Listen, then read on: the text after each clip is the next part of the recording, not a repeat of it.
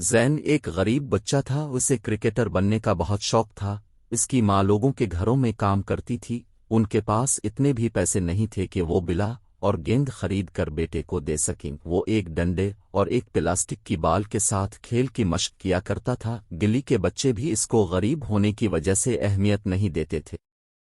ایک بار وہ گلی کے بچوں کو للچائی نظروں سے کرکٹ کھیلتے دیکھ رہا تھا کہ ایک لڑکے راشد نے زین کو بلا کر کھیل میں شامل ہونے کے لیے کہا۔ زین نے اس قدر شاندار کارکردگی دکھائی کہ سب بچے حیران رہ گئے۔ ایک ایسا بچہ جس کے پاس گیند بلا تک نہیں ہے، اتنا اچھا کھیل سکتا ہے۔ اس روز کے بعد وہ زین کو روزانہ کھیل میں شریک کرنے لگے۔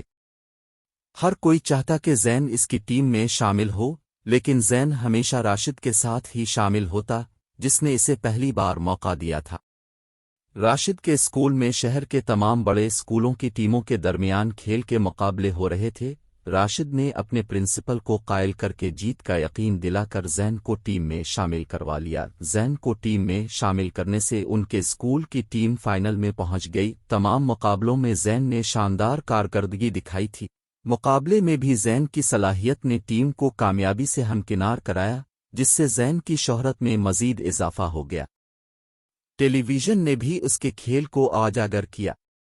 زین کا انٹرویو بھی نشر کیا گیا اور پاکستان کی 20 سال سے کم عمر نوجوانوں کی قومی کرکٹ ٹیم میں شامل کر لیا۔ سارے اخراجات بھی حکومت نے اپنے ذمے لے لیے۔ یوں زین کی سچی لگن اور محنت نے اسے انتہائی بلندی تک پہنچا دیا۔ زین نے اپنی زندگی کے پہلے بین الاقوامی کھیل میں بھی صلاحیت کا مظاہرہ کیا۔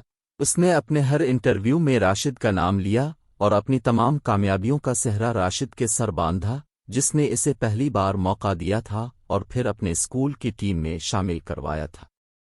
اس نے کہا کہ ہمارے معاشرے کو راشد جیسے لوگوں کی ضرورت ہے، جو کسی کے لیے امید کی کرن بنے۔